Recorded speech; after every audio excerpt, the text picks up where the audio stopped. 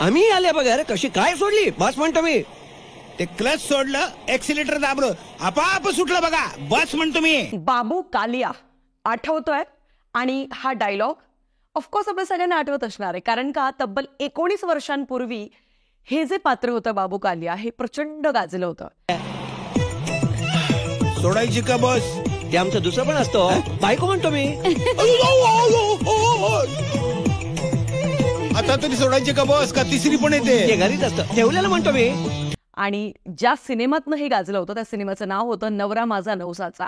लय तोडफोड सिनेमा होता राव. आणि त्या काळात मी तर म्हणते हा सिनेमा वेळेच्या खूप पुढे होता, कारण का ज्या पद्धतीचे याच्यामध्ये सोनू निगमचा कॅमिओ होता, किंवा ज्या पद्धतीचं जॉनी लिव्हरने नेपाळी बाबा प्ले केलेला असेल, किंवा ज्या पद्धतीने बाबू कालियाचं पात्र असेल, कुलदीप पवारचा इन्स्पेक्टरचा रोल असेल, सगळंच इतक्या लय भारी गोष्टी जुळून आल्या होत्या ना की हा सिनेमा लय म्हणून लय गाजला. आणि आता तब्बल 19 वर्षांनंतर नवरा माझा नवसाचा येतोय, तेही आता 20 सप्टेंबरला, म्हणजे अगदीच 10-12 दिवसांनंतर. खरं तर मला असं वाटतं की ज्या वेळेला ह्याची अनाउन्समेंट सचिन पिळगावकर यांनी आपल्या इंस्टाग्रामवरती दिली होती ना, तेव्हापासूनच याची सगळी एक्साइटमेंट आणि याचं सगळं एक जे क्रेज आहे ते सगळं सोशल मीडियावरती अगदी व्हायरल झालं. आणि फार कमी वेळात फार जास्त व्ह्यूज मिळवणारा हा एक आगळावेगळा असा व्हिडिओ ठरला. आता नवरा माझा नवसाचा भाग 1 बद्दल थोडंसं मला ना क्विकली काही गोष्टी तुम्हाला आठवून द्यायच्या आणि तो नॉस्टॅल्जिया तुम्हाला फील करायला भाग पाडायचंय. सगळ्यात महत्वाची गोष्ट तर हिरवा निसर्ग हा भवतीने हे गाणं प्रचंड गाजलं होतं. ते गाणं सुद्धा ना तितकंच खूप भारी, पॉझिटिव्ह, छान असं, म्हणजे ऑल टाइम फेवरेट, की आपण कधी पण आपल्याला छान हॅपनिंग मूड करायचं असेल ना तर हे गाणं वाजवायचं. तर असं ते गाणं होतं. आणि ऑफकोर्स लेजेंडरी सिंगर सोनू निगमने ते गायलं होतं. सो मला असं वाटतं की जसं मी म्हटलं की हा सिनेमा त्या काळात खूप वेळेच्या पुढे होता. आणि त्याच्याचमुळे म्हणजे ती जी कॉन्सेप्ट होती, ती जी कथा होती, स्टोरी, हे सगळं काही खूप वेगळं आणि नवीन होतं प्रेक्षकांसाठी. त्याच्याचमुळे सगळ्या प्रेक्षकांनी या सिनेमाला अगदी डोक्यावर उचलून धरलं. आता भाग 1 मध्ये काय होतं तर मुंबईपासून गणपतीपुळेपर्यंतचा प्रवास हा ऍक्च्युअल बसमध्ये दाखवला होता. म्हणजे ऍक्च्युअल रिअल बस स्थानक जे होतं तिथे काही शॉट्स घेतले होते, किंवा ज्या पद्धतीने ती कथा गुंफली होती ते लय भारी होतं. आणि त्याच्याचमुळे जे ट्विस्ट अँड टर्न्स येत गेले ना त्याने प्रेक्षक शेवटपर्यंत खेळत राहिले. आणि मला असं वाटतं आज सुद्धा तोच सिनेमा जर का टेलिव्हिजनवरती लागला तर आपण अहो मारताय कशाला त्याला? कोणा पाहिलं? अहो तो म्हणतोय की मी पायाच्या पंजावरच शिक्का मारणार. जसं हेराफेरी हा सिनेमा ऑल टाइम फेवरेट आहे सगळ्यांचा, की कुठून पण आपण तो लागला मधूनच बघू शकतो, पण शेवटपर्यंत बघणार म्हणजे बघणार.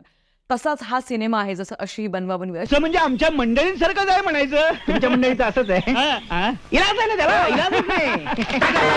धनंजय माने इथे जातात का? अशी जे आयकॉनिक सिनेमे आहेत त्यापैकी हा एक नवरा माझा नवसाचा हा नेहमीच कन्सिडर केला जातो.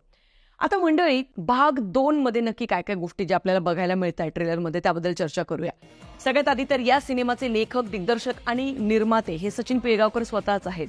त्याच्यामुळे मला असं वाटतं त्यांनी बऱ्यापैकी या गोष्टीची काळजी घेतली की जे जे कथाकथित कॅरेक्टर्स त्यावेळेला त्या भाग 1 मध्ये होते त्यांनाच त्यांनी या सिनेमामध्ये कॅरी फॉरवर्ड केले, which was a plus point, जे मला बघून आवडलं. सो आता कास्टिंग बद्दल जर का बोलायचं झालं तर लेजेंडरी ऍक्टर अशोक सराफ याच्यामध्ये आहेत, सचिन पिळगावकर आहे, सुप्रिया पिळगावकर आहे, त्याच्यानंतर स्वप्नील जोशी आहे, हेमा लिंगळे आहे, सिद्धार्थ जाधव आहे, जयवंत वाडकर आहे, निर्मिती सावंत, वैभव मांगलेकर, विजय पाटकर आणि अली असगर. ही सगळी मोठी तगडी स्टारकास्ट आपल्याला या सिनेमामध्ये बघायला मिळणार आहे. आणि मला असं वाटतं हा सगळ्यात मोठा प्लस पॉईंट असणार आहे ह्या सिनेमाचा. आता मंडळी भाग 2 मध्ये ना 1, 2, 3 अशा गोष्टी ज्या मला खऱ्या अर्थाने आवडल्या.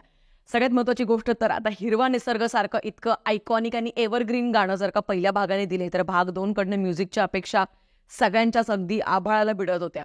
त्याच्यामुळे मला असं वाटतं आतापर्यंतची दोन्ही गाणी आलेली आहेत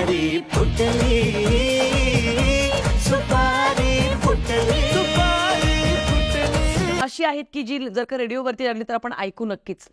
तर मला असं वाटतं की गाण्यांवरती सुद्धा तितकंच महत्त्व त्यांनी दिलेलं आहे, भर दिलेला आहे. आणि नक्कीच फ्रेश आहे म्युझिक, मग बॅकग्राऊंड म्युझिक असू शकतं किंवा पंचेसला म्युझिक वापरलेलं असू शकतं. I think it was good. आता मंडळी खूप सगळ्या जणांचं असं म्हणणं आहे की या सिनेमामध्ये स्वप्नील जोशी आणि सिद्धार्थ जाधवला का घेतलंय आणि त्याच्यामुळे हा सिनेमा फ्लॉप होणार आहे. काय बोलला रे? मला जेन्युइनली असं वाटतं की दोन्ही कलाकार लय ताकदीचे आहेत आणि आय थिंक जे त्यांच्या वाट्याला आतापर्यंत आलंय, मग तो सिद्धार्थ जाधव असू दे किंवा स्वप्नील जोशी असू दे, I think they have given their best. आणि मला असं वाटतं की हे खूप सोपं असतं. आपण एक 10x10च्या खोलीमध्ये बसून फक्त कमेंट टाईप करायला की काय येतं, त्यांना काही येत नाही. पण आय थिंक प्रत्येक कलाकार हा खूप जास्त मेहनत घेतच असतो नक्की. ऑफकोर्स आता बॅड ॲक्टिंगबद्दल बोलायचं झालं तर असतील, त्यांची काही कामं असतील जी कदाचित फसली असतील, तर त्याच्याबद्दल आपण बोलू शकतो. पण जर का एखादं 2 काम फसलं तर आपण 98 चांगली झालेली कामं इग्नोर नाही करू शकत. सो मला असं वाटतं इट्स टू सून टू जज द फिल्म. ट्रेलर ओव्हरऑल मला खूप ॲव्हरेज वाटलेला आहे. फार काही त्याच्यात नाहीये ना. टीजरने टीज केला. आता टीजरचा शब्दाचा अर्थ तसा असतो की त्याने तुम्हाला टीज करता आलं पाहिजे, म्हणजे चिडवता आलं पाहिजे की तुमची एक्साइटमेंट लेवल नशी तो ग्राफ असा खूप वर गेला पाहिजे.